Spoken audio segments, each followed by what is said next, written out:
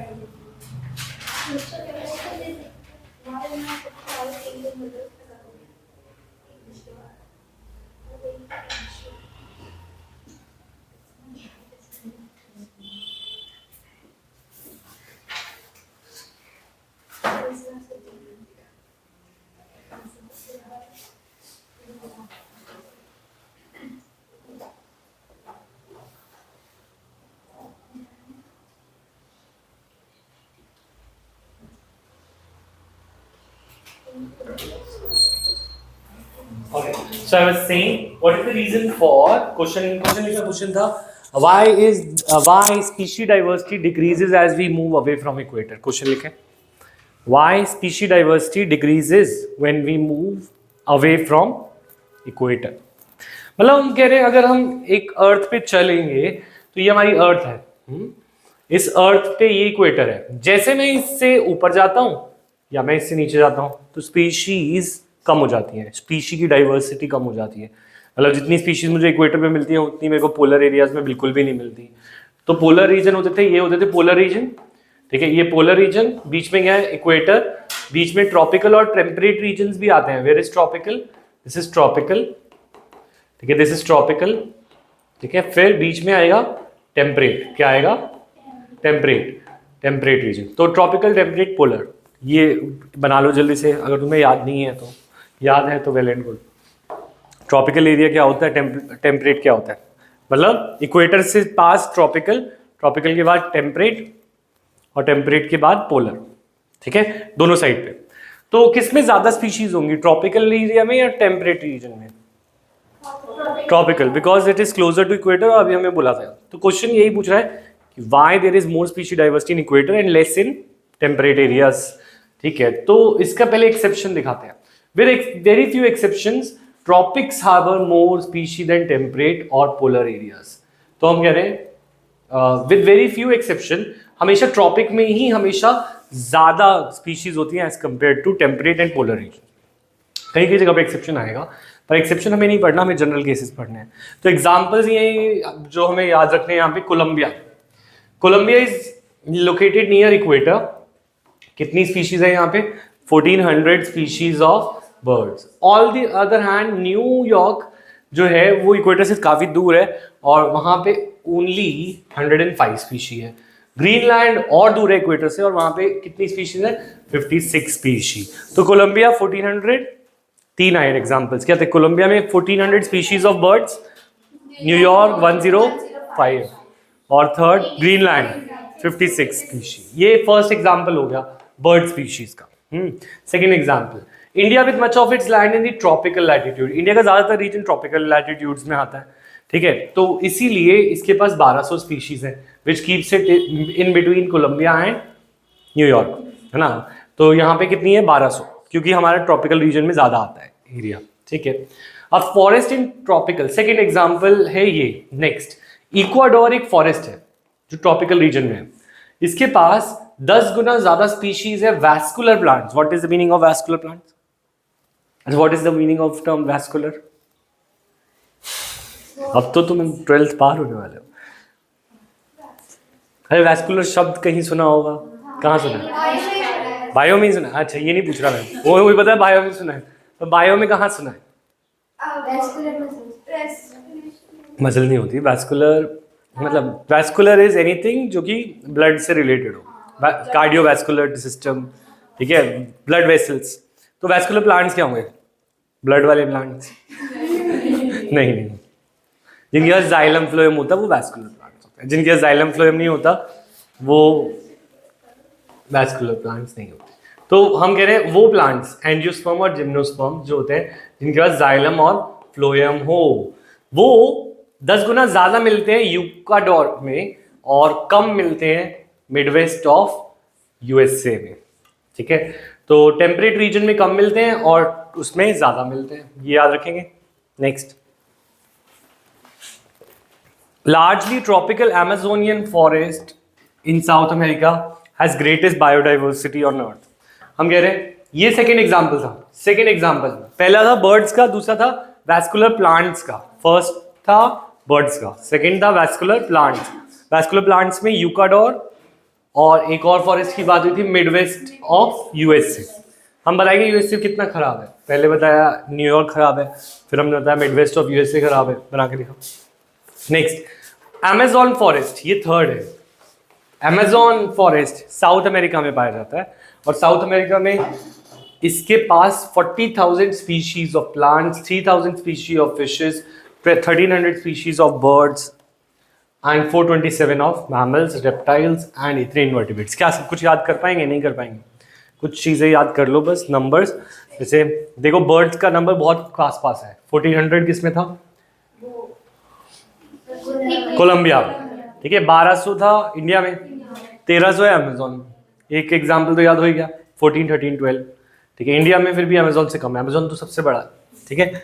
अच्छा, 40,000 species of plants है यहाँ पे, ये याद रख लेंगे, ठीक है। और ये और ये 3-4 चीजें कर लो बस, और ये भी इजी है। 427 मैमल्स, 427 रेप्टिलियंस, ठीक है। क्योंकि जितना तुम पॉइंट्स डालोगे आंसर में उतना मार्क्स मिलेंगे, है ना। तो थोड़ा थोड़ा याद भी करना है। तो हमारे पास 3 एग्जांपल्स हो गए कि वाई ट्रॉपिक्स, क्वेश्चन आ जाए ट्रॉपिक्स शो मोर, मुझे बना के दिखाना है पहले वो टेबल बना के। ट्रॉपिक्स में ज्यादा डाइवर्सिटी क्यों है? क्वेश्चन या तो सीधा ऐसा पूछा जाए या पूछा जाए इक्वेटर से दूर जाते हैं तो क्यों डाइवर्सिटी कम हो जाती है। क्वेश्चन ऐसे भी पूछा जा सकता है। तीसरा क्वेश्चन ये पूछा जा सकता है कि कोलंबिया में ये है, इसमें ये है, इसमें क्यों कम है, उसमें क्यों ज्यादा है, या फिर अमेजोन में इतनी स्पीशीज क्यों है। सबका आंसर सेम होगा। ये सारे क्वेश्चंस बन सकते हैं। क्वेश्चंस पहला वही क्वेश्चन के डिफरेंट फॉर्म्स हैं, समझ में आई बात? तो ये सब कुछ क्वेश्चंस है। अब क्वेश्चन आएगा इन सबका आंसर क्या है? हाँ बोलो, ठीक है। अच्छा, तो इकोलॉजिस्ट ये क्यों है, क्यों इक्वेटर के पास इतनी डाइवर्सिटी है, क्यों इक्वाडोर में ज्यादा है, मिडवेस्ट में कम है, या क्यों अमेजॉन फॉरेस्ट में इतनी स्पीशीज है? कोई भी क्वेश्चन आ जाए, उनका सबका आंसर वही कह रहा है कि हमें बताना है कि इक्वेटर के पास क्यों। तो उसके आंसर है इकोलॉजिस्ट एंड एवोल्यूशनरी, ये आंसर है, इसे लिख लो, ये है, मतलब इसके ऊपर लिख दो answer. Ecologist and evolutionary biologist have proposed various hypothesis. Some important ones are, first, speciation is a function of time. ये लाइन का मतलब समझाओ कोई मुझे। मैथ्स किसके पास है?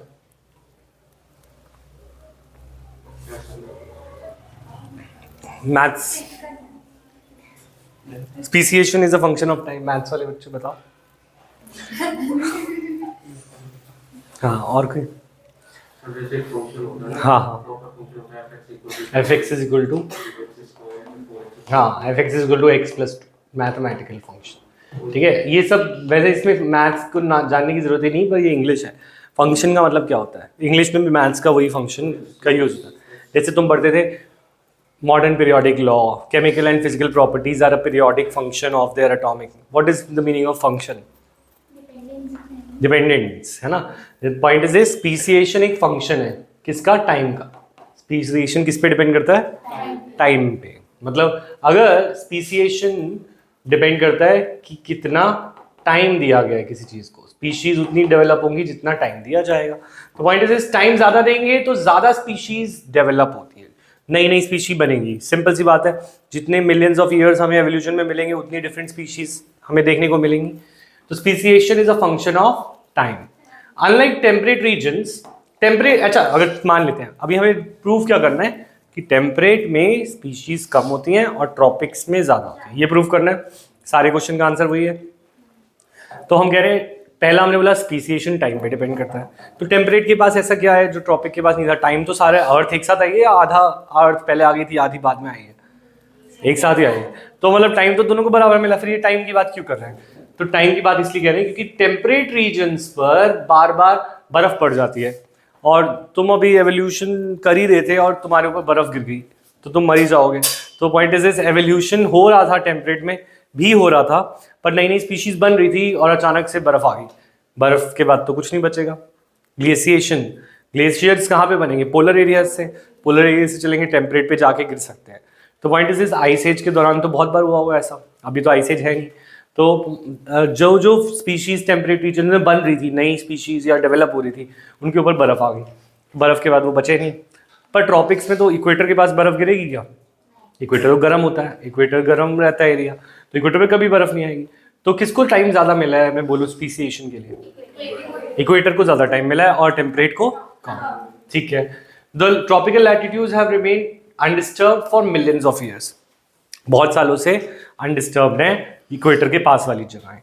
ठीक है, और इसीलिए उनको ज्यादा टाइम मिला है तो ज्यादा स्पीशीज डेवलप हुई है। क्लियर? ठीक है। Second reason, tropic environments are less seasonal. Point is this, Africa में सर्दी नहीं होती, ऐसे नहीं जैकेट्स पहन के घूमेंगे और वो करेंगे, गर्मी रहेगी वहाँ पे हमेशा। क्या रहेगी? गर्मी, क्योंकि वो सन के ज़्यादा पास ही रहता है हमेशा, चाहे बस वो जो दूर वाली इलाके होते हैं वो दूर रहते हैं। टेम्परेट रीजन में सीजन्स होते हैं ज़्यादा, इक्वेटर के पास सीजन्स नहीं होते, गर्मी गर्मी ही रहेगी। तो स्पीशीज को अगर गर्मी पसंद है तो, और स्पीशीज ज़्यादा डेवलप हो पाएगी इक्वेटर में एज कम्पेयर टू यहाँ टेम्परेट रीजन में, जहाँ पे सीजन का वेरिएशन होगा। अभी गर्मी आई थी फिर अचानक ठंड आ गई, जैसे दिल्ली वाले। ठीक है, तो अब constant environment promote speciation. Constant environment रहे तो स्पीशीज ज्यादा बन पाएंगी, कांस्टेंट नहीं होगा तो नहीं बन पाएंगी। कहाँ पे कांस्टेंट रहता है? इक्वेटर के पास, क्योंकि वहां पे सीजन्स कम है। क्या कम है? सीजन्स कम है। ठीक है। तीसरी बात, सब चीजें, एनर्जी कहाँ से आती है? सारी चीजों की एनर्जी सन से आती है, और सन की सबसे ज्यादा एनर्जी कहाँ पे है? टेम्परेट में या इक्वेटर पे? इक्वेटर। तो more solar energy available in tropics. So what are the three reasons why there is more species diversity in tropics than temperate regions? तो इसका फर्स्ट आंसर था speciation is a function of time. Frequent glaciation हुआ है वहाँ पे। Second, हाँ, solar energy maximum होता है, और there is less seasonal environment, constant environment promotes speciation. Clear है ये point? Next, species area relationship. ठीक है, तो क्वेश्चन समझ आ गया ना? क्वेश्चन आएगा, why there are only 1400 species in this of birds in Ecuador Midwest, ये गलत बोल रहा हूँ मैं, 1400 स्पीशीज इन कोलंबिया, हाँ, और 105 in New York and 56 in Greenland. Why? 3 reasons, ये 3 रीजंस। ठीक है, क्वेश्चन कुछ भी बने। अच्छा, नेक्स्ट, स्पीशी एरिया रिलेशनशिप। तो एक जर्मन नेचुरलिस्ट, और रिएक्शंस और एग्जांपल्स तो है नहीं, एक बार रीड करो स्पीशीज एरिया।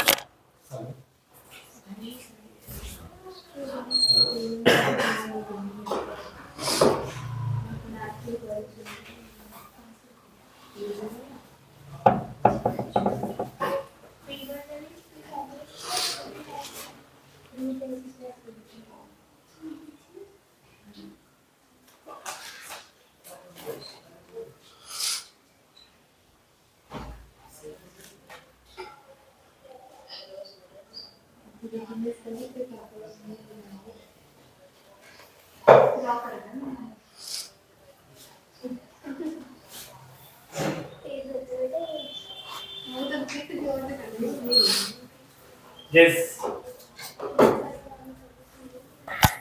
यहाँ तक क्लियर है? तो हम कह रहे हैं species area relationship. Alexander von Humboldt observe the region with species richness increase with increase in explored area. ठीक है,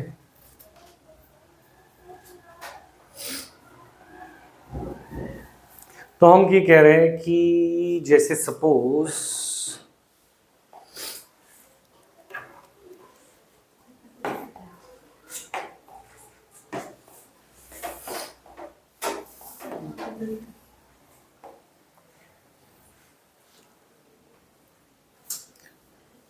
ठीक है, ये अर्थ है. ठीक है, अभी हम अर्थ का ये एरिया देख रहे हैं. ठीक है, इस एरिया में हमने कोई स्पीशी ढूंढने की कोशिश करी, हमें मिले रैट्स.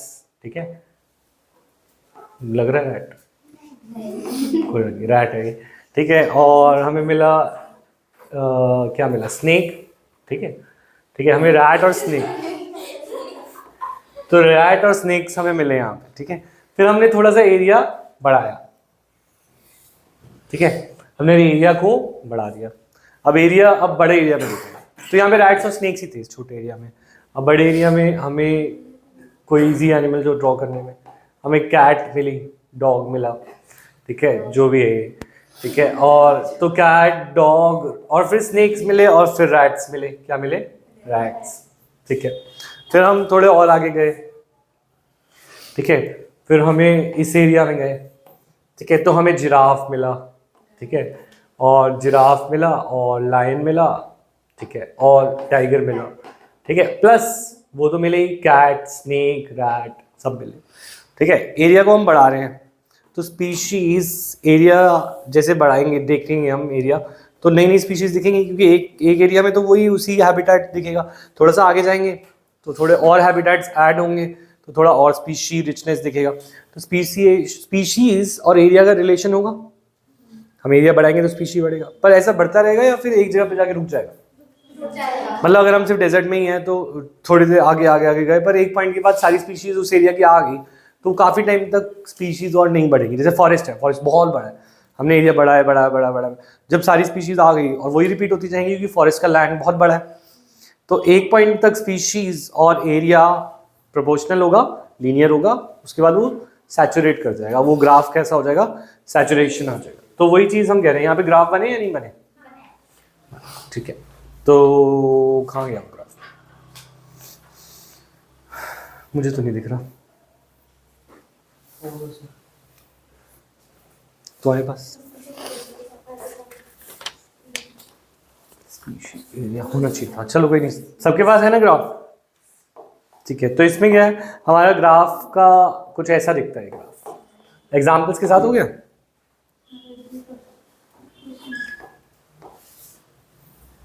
यहाँ पे हमने स्पीशी रिचनेस रखी. ठीक है, वो क्वेश्चन शुरू कर. स्पीशी रिचनेस रखी और यहाँ पे हमने एरिया रखा. ठीक है, जैसे हम एरिया बढ़ा रहे हैं तो स्पीशी रिचनेस बढ़ता है, और एक पॉइंट के बाद स्पीशी रिचनेस सैचुरेट हो जाती है विद एरिया. एरिया बढ़ रहा है पर स्पीशीज नहीं आ रही. ये ग्राफ समझ आया? ठीक है, अच्छा, अब ये ग्राफ है जिसमें हम बोल रहे हैं species richness is S. S is what? Species richness. A is the area. A क्या है? एरिया. ठीक है, और z यहां पर एक वैल्यू है जिसको हम क्या बोलेंगे? z की वैल्यू हमें बताएगी कि कितना स्पीशी रिचनेस एरिया पे डिपेंड करता है. ठीक है, z की वैल्यूज यूजुअली 0.1 टू 0.2 रहती है. कितनी रहती है? 0.1 टू 0.2. ठीक है, इट्स लाइक दिस. अब मुझे ये ग्राफ को लॉग लगाना है, क्योंकि थोड़ी मैथ्स इसमें भी डालनी है. तो लॉग अगर मैं s का ले लूँ, तो log of s is equal to, तो मेरे लॉग का फॉर्मूला था a into B is log a plus B, तो हो जाएगा log c plus z log a. ये बनेगा. ठीक है, तो अगर हम इस ग्राफ में इसे प्लॉट करें तो ये लाइन कुछ इस तरीके से आती है, ये लॉग लॉग स्केल की ग्राफ, लॉग लॉग मतलब पॉइंट इज दिस, ये लॉग एस वर्सेस लॉग ए। अगर ये ग्राफ कैसा हो, लॉग एस इंटू लॉग ए, तो ये लाइन कैसी आएगी, स्ट्रेट। और अगर एस इन और ए का हो तो ये ग्राफ ऐसे बनेगा। तो ये दोनों ग्राफ समझ आए। ये ग्राफ से क्या पता चल रहा है, z एक वैल्यू है जो हर एक स्पीशी की अलग होती है, मतलब एक एरिया की अलग होती है। तो इसकी वैल्यू एरिया पे कितना डिपेंड करता है वो z है। जैसे तुम्हें याद है काइनेटिक्स में ओ ऑर्डर होता था, है ना, तो जो रेट होता है it depends upon the concentration raise to some power which is order. Order बताता था कि रेट कितना कंसंट्रेशन पे डिपेंड करता है। इसी तरीके से एस जेड क्या बता रहा है, Z is like the order of this reaction, reaction ये है। पर जैसे स्पीशी रिचनेस एरिया पे कितना डिपेंड करता है, उसका मैग्नीट्यूड है जेड। जेड बताता है कि स्पीशी रिचनेस एरिया पे कितना डिपेंड करता है। क्लियर है ये पॉइंट। अच्छा, तो अब इसके आगे बढ़े, ठीक है। तो इसकी वैल्यू देखो, इकोलॉजिस्ट हैव डिस्कवर्ड z की वैल्यू यूजुअली 0.1 से 0.2 के बीच में रहती है, ठीक है, रिगार्डलेस ऑफ टेक्सोनॉमिकल ग्रुप और रीजन, ठीक है। Whether it is plants in Britain, birds in California और मोलस्क इन न्यूयॉर्क, ये slopes, the slope of the regression lines are amazingly similar. Slopes माने z वैल्यू, ये देखो ये जो ग्राफ बनाया था इसकी जो स्लोप आएगी, अगर मैं इसको, इक्वेशन क्या बनी थी हमारी इक्वेशन बनी थी log s is equal to log c plus z log a, है ना। अगर इसको हम लीनियर इक्वेशन से रिलेट करें, y is equal to c plus mx और m is the slope, z is the slope। तो z को अगर हमें डिफाइन करना हो तो I can say it is the slope of the regression line. क्या है, स्लोप ऑफ रिग्रेशन लाइन।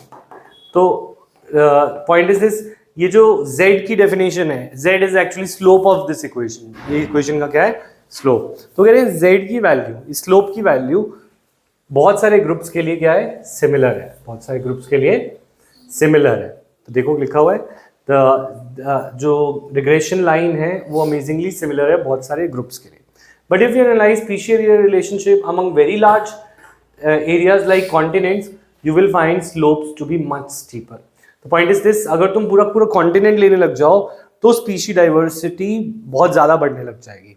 क्यों? क्योंकि एक कॉन्टिनेंट है, जैसे सपोज इंडिया ही ले लो, इंडिया में डेजर्ट भी है, फॉरेस्ट भी है, फिर पहाड़ भी हैं और बीचेस भी हैं और हर चीज़ है।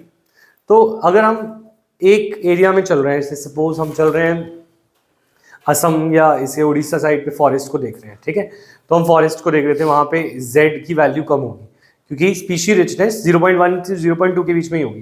पर अचानक से वो एरिया तुमने बढ़ाया तो तुम राजस्थान की साइड भी आ गए, तुम गुजरात भी आ गया, सब कुछ आ गया, वो मिडल वाला रीजन। तो इसमें अचानक से डेजर्ट वाली स्पीशीज भी आने लग जाएंगी, तो स्पीशी रिचनेस बड़ी जल्दी बढ़ेगा। फिर तुमने और एरिया बढ़ाया तो ईस्टर्न घाट, वेस्टर्न घाट भी आ गए साउथ के, और नॉर्थ के हिमालयाज भी आ गए, तो स्पीशी रिचनेस और अचानक से बढ़ेगा। तो पॉइंट इज दिस, अगर हम छोटा एरिया लेते हैं तो स्पीशी रिचनेस की जो जेड वैल्यू है, जो बताता है कि स्पीशी रिचनेस एरिया पे कितना डिपेंड करता है, वो यूजुअली कम रहती है। पर अगर हम बहुत बड़ा एरिया ले लेते हैं, ये लाइक होल कॉन्टिनेंट्स, तो स्पीशी रिचनेस जेड की वैल्यू बढ़ भी सकती है, जेड की वैल्यू बढ़ भी सकती है। ये लिखा है 0.1 टू 0.2 इज एवरेज रेंज। पर अगर तुम बहुत बड़ा एरिया लेते हो तो ये वैल्यू बढ़ जाती है, ठीक है। तो z value lie in 0.6 to 1.2 अगर तुम पूरा लार्ज एरिया ले लो कॉन्टिनेंट की तरह, ठीक है। तो for example fruit eating birds और मैमल्स के लिए हमने देखा ये डिफरेंट कॉन्टिनेंट्स पे कितनी वैल्यू है, 1.15, बहुत बड़ी वैल्यू, ठीक है। एक बार इसे रीड कर लो पूरा, फिर मैं क्वेश्चन पूछता हूँ कुछ।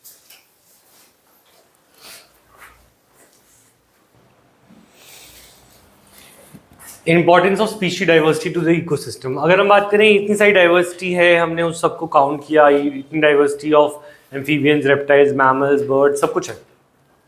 क्या इस सब की इंपॉर्टेंस है हमारे लिए, इकोसिस्टम के लिए, अर्थ के लिए? तो क्या इकोसिस्टम की इंपॉर्टेंस है इन सब की इकोसिस्टम के लिए? For many decades ecologist believe that communities with more species are generally less tend to be less more stable than those with less species वगैरह। एक इकोसिस्टम में जहाँ पे कम स्पीशीज हैं वो हम अनस्टेबल होगा, और जहाँ पे ज़्यादा स्पीशीज हैं वो ज़्यादा स्टेबल होगा। ऐसा इकोलॉजिस्ट बिलीव करते हैं। ठीक है, अब इसका क्या रीज़न है? स्टेबल कम्युनिटी होती क्या है? What is a stable community? किसको हम स्टेबल बोल रहे हैं, किसको अनस्टेबल बोले? क्वेश्चन ये है। तो स्टेबल कम्युनिटी वो होती है जिसमें वेरिएशन इन प्रोडक्टिविटी ना हो। प्रोडक्टिविटी पढ़ा था हमने, जिसमें हमने बोला था कितना मास प्रोड्यूस होता है पर यूनिट एरिया, कि एक एरिया में कितना मास प्रोड्यूस हो रहा है बाय कंज्यूमर्स प्रोड्यूसर्स, तो उनको हम बोलते हैं प्रोडक्टिविटी। मतलब प्लांट्स कितना खाना बना रहे हैं और एनिमल्स में कितना बॉडी मास बढ़ रहा है, वो सब प्रोडक्टिविटी होता है। तो हम कह रहे हैं स्टेबल कम्युनिटी वो होती है जो ज़्यादा वेरिएशन ना दिखाए। जो क्या ना दिखाए? वेरिएशन। किसमें? प्रोडक्टिविटी में। जितना पिछले साल प्लांट्स ने एक एरिया में प्रोड्यूस किया था उतना ही इस साल भी होना चाहिए, उतना अगले साल भी होना चाहिए। तो प्रोडक्टिविटी का रेट सेम होना चाहिए। प्रोडक्टिविटी का रेट क्या होना चाहिए? सेम। तो वो स्टेबल होगी। तो वो क्या होगी? Stable. But it must be, और दूसरी स्टेबल कम्युनिटी की फर्स्ट पॉइंट है, it should not show much variation in the productivity.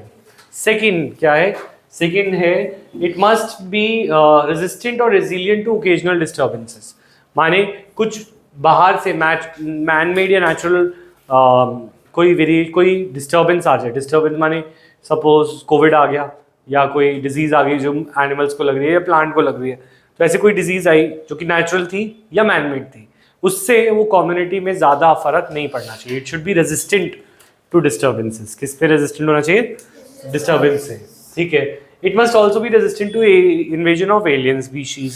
यानी मार्स से एलियन आ जाए तो वो फिर भी रेजिस्टेंट होना चाहिए। मतलब ये है या नहीं? क्या मतलब है? मतलब जुपिटर मार्स से कोई लोग आ जाएं तो वो कम्युनिटी स्टेबल रहनी चाहिए? नहीं। फिर एलियन स्पीशी क्या हुई? स्ट्रेंज स्पीशी क्या होगी? डिस्कवर्ड तो हो पर उस एरिया में ना हो। जैसे फॉर एग्जांपल हमने पढ़ा प्रिकली पियर कैक्टस आ गया था ऑस्ट्रेलिया में और अचानक से बढ़ने लग गया था, फिर उसके मौत को लेके आए थे। तो जैसे सपोज हम कोई समझदार इंसान वो ले आया था water hyacinth, terror of Bengal, या पार्थेनियम कैरेट ग्रास आ गई थी, तो वही इन्वेजन होगी उसकी। क्या होगी? इन्वेजन। और उससे सारे इकोसिस्टम जो है डिसबैलेंस हो गया। ठीक है ना? मैं एक समझाओ, एग्जाम्पल समझाओ। कि वो मौत को ले आया था। मौत को ले आए थे? कौन ले आया?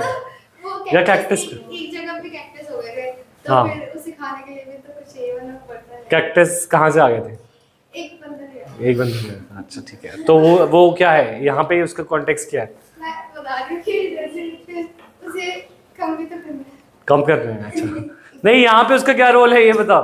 मतलब कि अनस्टेबल हो जाएगा ना फिर। अनस्टेबल हो जाए। अगर एलियन स्पीशीज आए और ये एरिया में बहुत सारी जगह फैलने लगे तो जो स्पीशीज की हम बात करें जो स्टेबल रहनी चाहिए उसको उससे असर नहीं पड़ना चाहिए, चाहे बाहर से कोई स्पीशी आ गई है तो। ठीक है। जैसे फॉर एग्जांपल अभी हम चीता लेके आए, मोदी ने चीता छोड़े, तो चीता के आने से हमारे टाइगर परेशान ना हो जाए।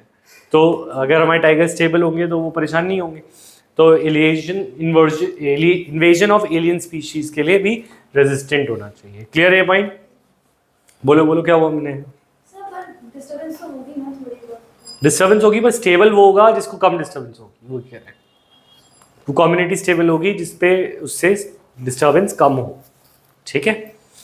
मतलब next, David Tilman's long term ecosystem experiment using outdoor plots provide some tentative answer. Tillman found that plots माने graph, plots with more species show less year to year variation in the total biomass. Also his experiment showed that increasing diversity contributed to higher productivity. तो एक scientist है David Tilman जिसने graph बनाए और देखा कि जिस एरिया में कम स्पीशीज थी वहाँ पे क्या प्रोडक्टिविटी है और जहाँ पे स्पीशीज ज़्यादा थी वहाँ पे क्या प्रोडक्टिविटी है। तो उसने देखा वहाँ पे प्रोडक्टिविटी ज़्यादा थी, उस ग्राफ में प्रोडक्टिविटी ज़्यादा आ रही थी जहाँ पे स्पीशीज़ ज़्यादा थी। तो ये प्रूव करता है हमारा पॉइंट कि जो कम्युनिटी में ज़्यादा स्पीशीज़ होती हैं वो ज़्यादा स्टेबल होती है, उसकी प्रोडक्टिविटी क्या रहती है? फिक्स। स्टेबल कम्युनिटी क्या होती है वो भी हमने बताया। ये 3 रीजंस आएंगे। तो क्वेश्चन अगर आता है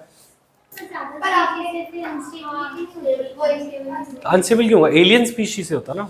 हमने ये तो बोला था Communities with more species diversity is more stable. आपने बोला था वो जो एवोल्यूशन हो रहा है वो ना होए तो वो ऐसे ही रहे अगले साल भी तो एवोल्यूशन ही प्रोडक्टिविटी हाँ, वो उतनी ही रहे। तो हम एक इकोसिस्टम में ए, एक है बी, एक हमने टेम्परेट रीजन का फॉरेस्ट देखा है, ट्रॉपिक में ज़्यादा प्रोडक्टिविटी है टेम्परेट से, क्योंकि वहाँ स्पीशी डाइवर्सिटी ज़्यादा है। नहीं समझा। मैं कह रहा हूँ कि हमने यहाँ पर इंपॉर्टेंस ऑफ स्पीशी डाइवर्सिटी में हम पहले ये देख रहे थे कि इकोसिस्टम, हम ये देख रहे थे कि दो कम्युनिटीज़ हैं, एक में ज़्यादा स्पीशी, एक में कम स्पीशी, कौन सी ज़्यादा स्टेबल है ये देखना चाह रहे हैं, है ना। तो हमने देखा जिनमें ज़्यादा स्पीशीज़ थी उनकी प्रोडक्टिविटी में वेरिएशन कम थी। यही डेविड टिलमैन ने पाया कि जिसमें मोर स्पीशीज़ है उसमें वेरिएशन कम है। वेरिएशन माने खाना उतना ही बन रहा है जितना पिछले साल बना था, उतना ही अगले साल बना। Variation in productivity is less, ठीक है। और जहाँ पे स्पीशी डाइवर्सिटी कम है वहाँ पे प्रोडक्टिविटी कम है, तो उसमें वेरिएशन ज़्यादा है। हाँ बोल।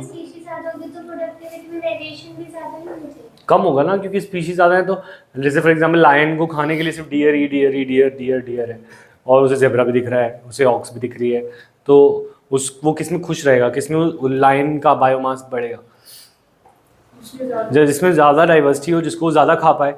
डियर खा के उसको एक ही टाइप के न्यूट्रिएंट्स मिलेंगे, एक ही टाइप के चीज़ें मिलेंगी, और जेब्रा वगैरह भी खाएगा तो फिर उसकी प्रोडक्टिविटी बढ़ेगी, है ना।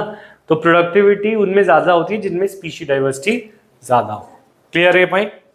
अच्छा, तो अब क्वेश्चंस का आंसर तुम लिखोगे। अच्छा, क्वेश्चन आ जाए, biodiversity is not only essential for health of ecosystem but also imperative for the survival of the human race on this planet. Explain.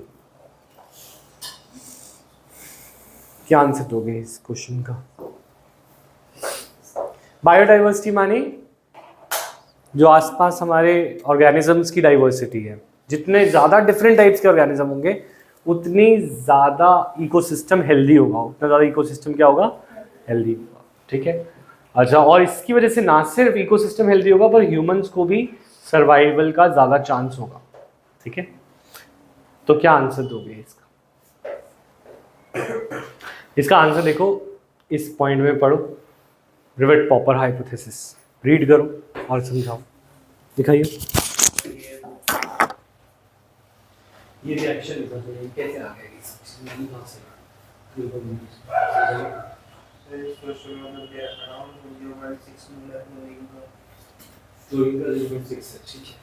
और हमने एक लेट कर लिया है इसमें। इसको लेट PCl5 लेट कर लिया। हाँ इधर नहीं था?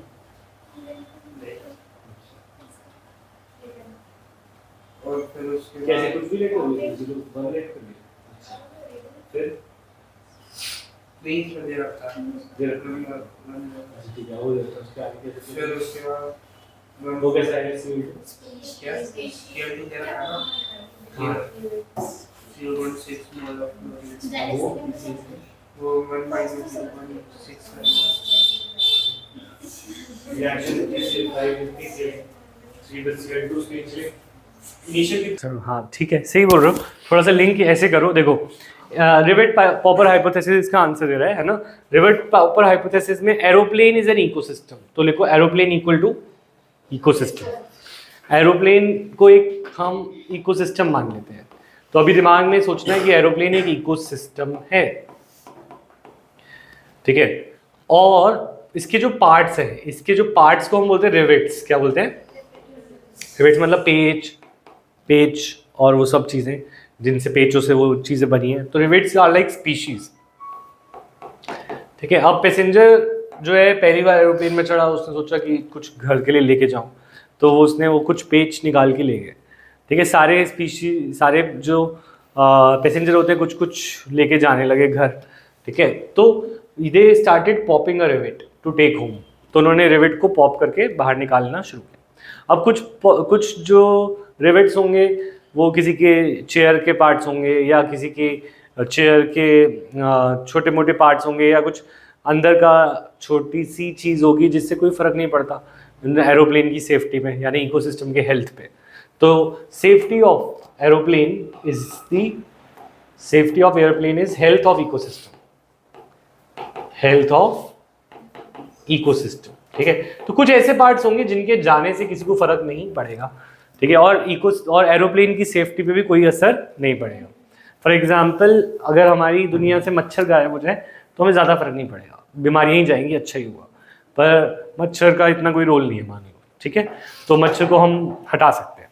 तो वो एक ऐसा स्पीशी हो गई जो कि जिसके हटाने से इकोसिस्टम के हेल्थ पे ज़्यादा असर नहीं पड़ रहा। पर अगर धीरे धीरे मच्छर के साथ मक्खियाँ भी चली गई तो पॉलिनेशन चला गया, पॉलिनेशन किया तो प्लांट्स ही चले गए सारे, क्योंकि पॉलिनेशन नहीं हो रहा तो रिप्रोड्यूस कैसे करें, फिर धीरे धीरे ऐसे करके एनिमल्स भी चले जाएंगे, सब चले जाएंगे। तो पॉइंट इज दिस, कुछ पार्ट्स अगर कोई गया और किसी ने इंजन में से निकाल लिया पार्ट कि चलो ये सब तो खत्म हो गया, अब मैं कुछ इंजन से निकाल लेता हूँ, तो इस तरीके से वो प्लेन धीरे धीरे बहुत वीक होता जाएगा। और कुछ रिवेट्स क्रिटिकल होते हैं, विंग्स में से किसी ने निकाल लिया। तो पॉइंट इज दिस, अगर हमारे इकोसिस्टम में कुछ की स्पीशीज होती है, क्या स्पीशीज होती है? की स्पीशीज। तो रिवेट्स ऑन विंग्स ये क्रिटिकल है, ये क्या है? क्रिटिकल। तो रिवेट्स ऑन विंग्स अगर हमारे हट गया, इन्हें हम की स्पीशीज से वो कर रहे हैं कंपेयर। की स्पीशी माने ऐसी स्पीशीज जिनके जाने से तो बहुत नुकसान हो जाएगा। जैसे फॉर एग्जांपल टाइगर चला गया तो बहुत नुकसान हो जाएगा, तो टाइगर को बचाना है, टाइगर इज अ की स्पीशी, ठीक है। तो अब key species drive the major ecosystem functions, key species की वजह से इकोसिस्टम फंक्शन सही से करता है। तो अगर वो की स्पीशी चली गई तो पूरा का पूरा ये एरोप्लेन जाएगा और उसके साथ साथ सारी इकोसिस्टम हिल जाएगी। तो कहना ये भी सही है क्या कि कुछ पार्ट्स ज़्यादा काम के, कुछ कम काम के? नहीं, एक्चुअली सभी काम के। यहाँ पे लिखा तो ऐसा था, इनिशियली हमें ऐसा लगेगा कि कुछ नहीं इफेक्ट हो रहा, पर हर चीज़ से वो प्लेन वीक होता जा रहा है। क्या होता जा रहा है? वीक होता जा रहा है। तो इसीलिए जब हमसे पूछा जाएगा कि ये explain why is species diversity important, तो एक तो ऊपर वाला रीजन देंगे डेविड टिलमैन का प्रोडक्टिविटी वाला। First point that will be जो ऊपर पढ़ा था हमने, विकी लेस वेरिएशन होता है और मोर कम्युनिटी स्टेबल होती है, ठीक है। एक तो पॉइंट वो हो गया, और दूसरा पॉइंट रिवेट पॉपर हाइपोथेसिस होगा। रिवेट पॉपर हाइपोथेसिस में इसको शॉर्ट फॉर्म में, पर इसको ये सब चीज़ें याद रखनी है कि what is airplane? Ecosystem. What is a rivet? Species. Rivet on wings is की स्पीशी, और safety of aeroplane is health of the ecosystem. तो जैसे सेफ्टी ऑफ प्लेन खराब होता जाएगा तो हेल्थ ऑफ इकोसिस्टम भी खराब होता जाएगा, ठीक है। तो ये हमारा इंपॉर्टेंस है। ये क्वेश्चन आंसर्स लिख के लाने हैं, लिख लो क्वेश्चन। क्वेश्चन है व्हाई स्पीशी डाइवर्सिटी इंपॉर्टेंट।